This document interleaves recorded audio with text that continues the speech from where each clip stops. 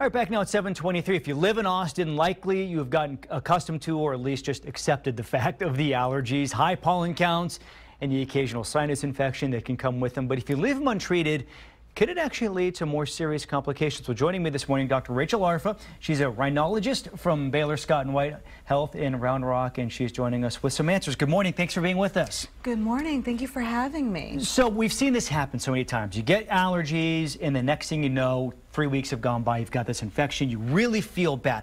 What are the symptoms, though, of the sinus infection versus the allergies, and when do you know when it's time to go see a doctor for this? Sure. So a sinus infection happens when the lining of the nose becomes swollen and blocks off the normal drainage pathways. Usually it's caused by a virus like the common cold. The most common symptoms are pain and pressure in the cheeks or the forehead, especially worse with leaning forward, yellow or green nasal discharge, stuffy nose, pain in your upper teeth, and common cold symptoms. Now, because it's usually caused by a virus, over 70% of those infections will actually clear on their own without antibiotics within 7 to 10 days. But if it persists longer than that, then you probably need antibiotics. Now, I had always heard that it could also be caused by infections, like you get the hay fever or something, you're coughing and sneezing, and then that leads to the infection. Is that actually the case, though? Well, it's caused by swelling of the nose, and allergies can also cause swelling of the nose. So that also can be related in people who are at risk for that and prone to that. Is there a risk, though, because so many people, especially guys, are like, I'm fine, I don't need to go to the doctor, I don't need to be treated for this. Are there any long-term risks if you just decide you're going to ride it out and hope it goes away sometime soon? There are. Very rarely, sinus infections can spread and cause infections of the eye or the brain. An infection of the eye may lead to severe swelling or redness of one or both of your eyes, decreased vision or double vision, or severe uncontrolled pain, or rarely a bulging appearance of one of the eyes.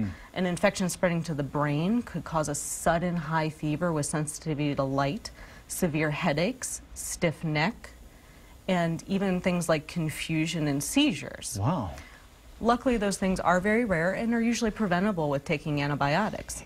However, if you are worried that you may have one, you should seek immediate medical care. And are there any then long-term effects from that brain infection? Is it possible you could be affected by this for the rest of your life? Certainly. If it does spread to a brain infection, it commonly causes permanent problems. So then what do we do to avoid this? How do you keep this from happening? There are lots of things that you can do. Nasal saline irrigations, like the neti pot, have been around since ancient India, more than 5,000 years. And they're great for washing out excess mucus and allergens and keeping your nose healthy. And they're very safe as long as you use distilled water. Nasal steroid sprays like Flonase, Rhinocort, and Nasacort are available over the counter. And those decrease swelling in the nose, and for most people are safe to use every day. Antihistamines like Zyrtec and Allegra can be good. And elderberry may decrease your risk of getting sick when you're around lots of sick people, like in an airport. Now, if you are having a lot of symptoms for your nose that aren't going away, it may help to see a rhinologist. A rhinologist is a surgeon who specializes in the sinuses. So if you are having 4 or more sinus infections a year, or if you're having persistent nasal symptoms that are not getting better, then you should ask a rhinologist if it would help to take different medications or to have surgery on your nose. I bet there's a lot of folks around here that fall into that category as well. Dr. Rachel Arffa, thank you so much. We appreciate it.